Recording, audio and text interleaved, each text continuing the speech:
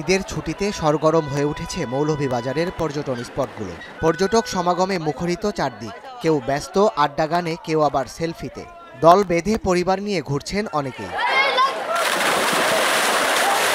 চা বাগান সহ দর্শনীয় স্থানগুলোতে উপচে পড়া ভিড়। দর্শনার্থীদের নিরাপত্তায় মোড়ে মোড়ে আইন শৃঙ্খলা বাহিনীর নজরদারি। আমানিপুর সহ নতুন নতুন পর্যটন স্পটে বাড়ছে মানুষের আগ্রহ। মনোরম পরিবেশে ঘুরে ঘুরে প্রকৃতির সৌন্দর্য উপভোগ করছেন সবাই। আমরা ফ্যামিলি নিয়ে আসছি, আমার বাচ্চাও আইসেন, আমরা সব আইসেন, প্রচুর দর্শক আছেন। এখানে ঈদ আনন্দ উপভোগ করতে আসছি, সাথে বাচ্চারাও আছে, বাচ্চারা বেশি আনন্দ করতেছে। এখানে মাধবপুর লেক ঘুরলাম, অনেক সুন্দর জায়গা, খুব ভালো লাগছে। এমনিতেই মৌলভীবাজার জেলা তথা শ্রীমঙ্গলে প্রচুর পর্যটক আসে। এই ছুটি উপলক্ষে প্রচুর পরিমাণ পর্যটক এসছে। পর্যটকরা নিরাপদে সুন্দরভাবে নির্বিঘ্নে ঘুরবেন, এই জন্য কোনো আইন শৃঙ্খলা বিঘ্নিত না হয় সেজন্য আমরা সচেষ্ট আছি।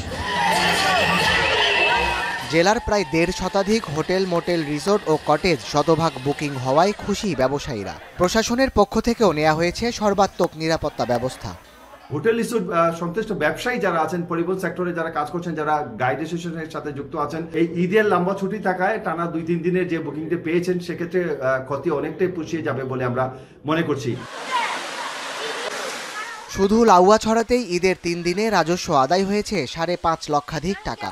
বাকি দিনগুলোতেও প্রচুর পর্যটক আসবে এবং রাজস্বও বাড়বে বলছেন কর্মকর্তারা। এই বছর আমরা সবচেয়ে বেশি সংখ্যক, অন্য যে কোনো বছরের চেয়ে রেকর্ড সংখ্যক পরিমাণ পর্যটক আমরা পাই। আমাদের সংশ্লিষ্ট যারা আছে প্রত্যেকেই তাদের আয় রোজগারের রাস্তা পাবে, খুঁজে খুঁজে বের করবে এবং নতুন করে উদ্যোক্তা তৈরি হচ্ছে। এটা হচ্ছে আমাদের আশার বাণী। ঈদের ছুটিতে জেলায় লক্ষাধিক দর্শনার্থী ও পর্যটক সমাগম ঘটেছে বলে জানান ব্যবসায়ীরা। এখন মৌলভীবাজার।